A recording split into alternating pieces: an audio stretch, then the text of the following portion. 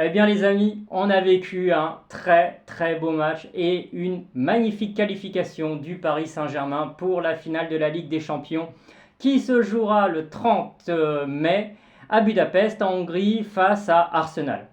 Alors véritablement, ce match, on l'attendait avec impatience et en même temps on était un petit peu stressé avec ce match du PSG parce que au Bayern, ça pouvait tourner dans le sens du Bayern.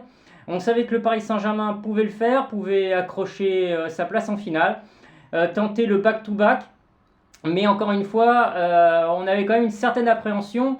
Et je pense que comme vous, honnêtement, ce soir on est soulagé parce qu'on a vu en fait un Paris Saint-Germain qui est un Paris Saint-Germain qui maîtrise en fait son sujet.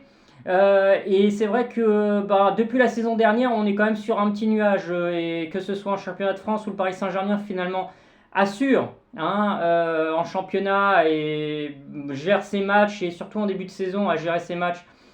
Voilà, coup-ci coup-ça et à essayer de gagner des points et ménager un peu les physiques des joueurs, même s'il y a eu des blessures. C'est vrai que le Paris Saint-Germain sur la scène européenne aussi a eu un calendrier compliqué et on se retrouve aujourd'hui en finale et c'est vrai que pour le Paris Saint-Germain c'est véritablement et pour ses supporters qui ont connu quand même beaucoup de déboires et je me souviens particulièrement du match contre le Barcelone au Camp Nou où le Paris Saint-Germain s'est fait clairement voler par l'arbitre ou également le Paris Saint-Germain se retrouve contre Manchester United à la maison en retour et une main signalée sur Kipembe sortie de nulle part. Et voilà, et il y a plein de matchs comme ça où le Paris Saint-Germain s'est retrouvé véritablement désarçonné et éliminé sur des erreurs ou d'arbitrage ou tout simplement des faits de jeu complètement lunaires. Donc aujourd'hui, cette qualification, forcément, c'est un peu le retour des choses. Alors effectivement, il y a eu la finale gagnée l'an passé contre l'Inter Milan. Et c'est vrai que là, cette finale que le Paris Saint-Germain va jouer le 30 mai, c'est véritablement un juste retour des choses sur une saison qui est pas simple. C'est pas simple pour les physiques parisiens avec la Coupe du Monde des clubs. Qui a été quand même difficile sur le plan physique pour les joueurs et puis même je pense émotionnellement aussi ça a été très compliqué. Il a fallu se remettre dans le bain dès le mois d'août et de retomber dans le championnat et ça n'a pas été simple. Et le Paris Saint-Germain cette année s'est retrouvé avec quand même des matchs de Ligue des Champions qui n'étaient pas évidents à gérer avec un calendrier très compliqué au même titre d'ailleurs que le calendrier du Bayern où le Paris Saint-Germain a été joué à Barcelone, s'est retrouvé aussi face à des équipes d'un autre standing que ce que pouvaient rencontrer les équipes anglaises qui étaient quand même assez favorisées par le tirage au sort, puisqu'elles ne peuvent pas se rencontrer entre elles.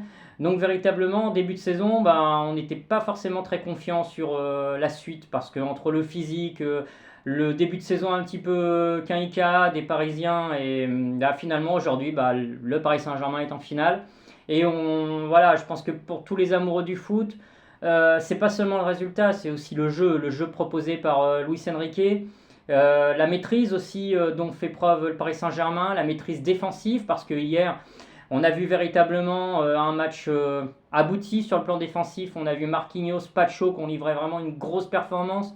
On a vu un très bon milieu de terrain et puis surtout un Paris Saint-Germain avec Dembélé qui a anesthésié. C'est comme avant une opération, petite anesthésie, 3e minute, on vous met un but. Et puis après, on peut toujours revenir sur la polémique concernant l'arbitrage. On peut lire ici ou là en Allemagne, dans les médias, cette polémique concernant la main de Neves. Ça se siffle pas. Pendant des années, ça n'a pas été dans le bon sens pour Paris. Et aujourd'hui, on va pas se mettre à pleurer parce que l'arbitre n'a pas sifflé le penalty, c'est des faits de jeu. Et pour une fois que ça tourne dans le sens du Paris Saint-Germain, on va pas se plaindre. Donc écoutez, c'est vrai que pour ceux qui ont plus de 40 ans, et peut-être il y en a certains qui m'écoutent là actuellement, qui ont 40, 50, 60 ans et qui ont connu les belles époques aussi du Paris Saint-Germain dans les années 90, et avec les matchs contre le Real, les qualifications, bien sûr la Coupe des Coupes contre Vienne, avec aussi une finale contre le Barcelone, avec une Super Coupe des Coupes aussi qui avait été jouée contre la Juventus, même si le résultat n'avait pas été très probant pour ceux qui s'en souviennent. Mais c'est vrai que après on a eu aussi les années Qatar, QSI qui ont apporté bien entendu beaucoup d'argent, mais aussi beaucoup de bons joueurs, et puis surtout maintenant avec Tourelle, avec Emery, et puis bon, voilà, on n'oublie pas bien entendu notre coach actuel, Luis Enrique. Il y a quand même eu des choses qui ont été construites. Le succès d'aujourd'hui, il vient pas d'il y a 2 ans, il vient pas d'il y a 3 ans. C'est quand même, je pense, comme le disait Nasser Al-Khelaifi, il y a quand même quelque chose qui s'est construit au fur et à mesure des années. Mais évidemment, Luis Enrique a apporté sa patte et depuis qu'il est arrivé, ben, on le voit tous, le Paris Saint-Germain a plus de sérénité.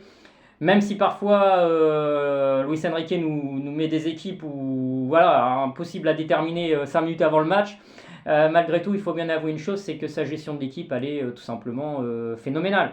Et là où il nous amène aujourd'hui, bah, il amène les joueurs avec lui, il amène avec lui les supporters. Je trouve que Luis Enrique, il a un discours qui est vraiment bah, très, très à la hauteur en fait, hein, et qui permettra, je pense, véritablement au Paris Saint-Germain, bah, pourquoi pas de soulever une deuxième coupe, une deuxième Ligue des Champions le 30 mai à Budapest. Donc voilà ce que je voulais partager avec vous. C'est vraiment voilà, un instant en tant que supporter, vous savez, moi j'aime le foot, hein, j'adore le foot comme vous et j'ai toujours été derrière les clubs français en Coupe d'Europe et bah, j'ai toujours été aussi derrière le Paris Saint-Germain dans les années 90. Et puis après, bah, je suis devenu aussi davantage aussi supporter du PSG dans les années 2000. Mais je supporte aussi le beau jeu. Toutes les équipes, je les supporte lorsqu'elles jouent en Europe. Et bah, écoutez, je souhaite aussi bonne chance ce soir à Strasbourg, qui pourrait bah, offrir à la France bah, une place également, un deuxième club qualifié en Ligue donc Conférence Europa, après la qualification donc du Paris Saint-Germain en Ligue des Champions pour la finale. Donc bonne chance aux Strasbourgeois. Et puis bah, écoutez, si vous avez aimé cette vidéo, qui est une vidéo voilà, qui vient du cœur, qui est préparée en quelques minutes, parce qu'on est encore dans l'émotion hein, après ce match. Mais je crois que c'est finalement avec l'émotion aussi qu'on a le meilleur ressenti voilà, sur une vidéo. Les choses qui sont trop préparées, c'est pas toujours très bon non plus. Et je pense qu'il faut aussi savoir aussi parler un peu avec le cœur parfois. Donc écoutez, merci pour ceux qui ont suivi cette vidéo, qui ont apprécié. Merci de liker et puis de vous abonner au contenu de ma chaîne qui, je l'espère, eh bien, voilà, vous plaira. Et puis bah, vous souhaitez une bonne journée et puis allez Strasbourg pour ce soir.